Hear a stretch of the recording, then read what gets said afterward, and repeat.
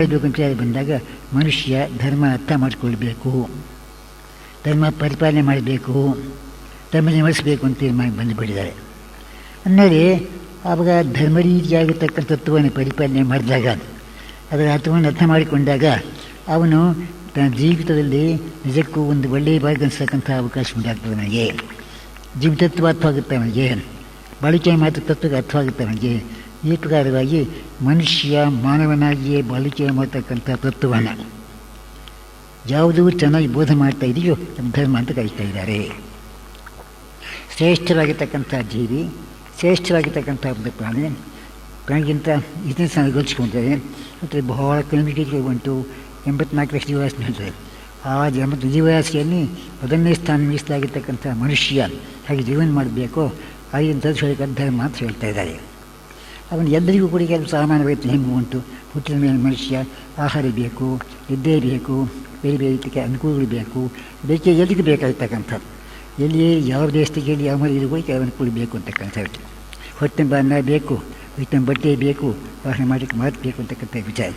ಈ ಪ್ರಕಾರವಾಗಿ ಮನುಷ್ಯನ ಜೀವನದಲ್ಲಿ ಅವನ ಒಂದು ಆಚರಣೆಯಲ್ಲಿ ಅವನ ನೈತಿಕವಾಗಿರ್ತಕ್ಕಂಥ ವ್ಯವಹಾರಗಳಲ್ಲಿ ಯಾವುದು ಅತ್ಯುತ್ತಮವಾಗಿರ್ತಕ್ಕಂಥ ಮಾರ್ಗವನ್ನು ಬೋಧನೆ ಮಾಡ್ತಾ ಇದೆಯೋ ಮತ್ತು ಅವನಿಗೆ ಅವನ ಜೀವನದ ರಹಸ್ಯ ಹೇಳಿಕೊಡ್ತಾ ಇದೆಯೋ, ಮಾನವೀಯ ಬಾಳಿಕೆ ಮಾಡಬೇಕು ಅಂತಕ್ಕಂಥ ವಿಚಾರಕ್ಕೆ ಹೊತ್ತು ಕೊಟ್ಟಿದೆಯೋ ಅದು ಧರ್ಮ ಅಂತ ಕರೀತಾ ಇದ್ದಾರೆ.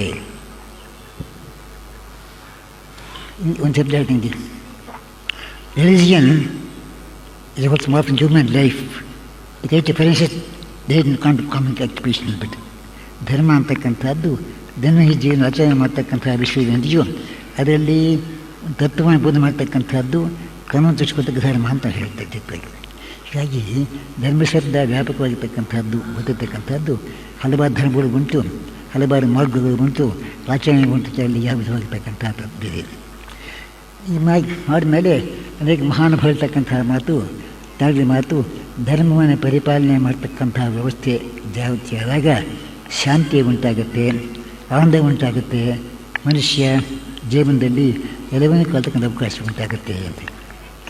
ಧರ್ಮ ಅಂತಕ್ಕಂಥದ್ದು ಸುಖ, ಶಾಂತಿ, ಆನಂದ ಉಂಟಾಗತಕ್ಕ ತತ್ವ, ಅದು ಎಲ್ಲರಿಗೂ ಬೇಕಾಗತಕ್ಕಂಥ ಅದು.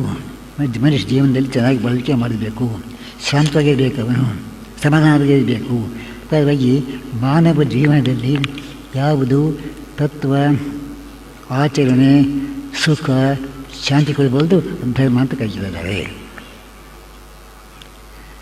ಒಟ್ಟಿನಲ್ಲಿ ಧರ್ಮ ಸಾರಾಂಶ ಅಂತಂದರೆ ಮಹಾಶಕ್ತಿ ಉಂಟು ಒಪ್ಕೊಳ್ತಕ್ಕಂಥ ತತ್ವಕ್ಕೆ ಬದ್ಧವಾಗಬೇಕು, ಅವನು ಅತೀತವಾಗಿರ್ತಕ್ಕಂಥ ವಸ್ತು ಅದು.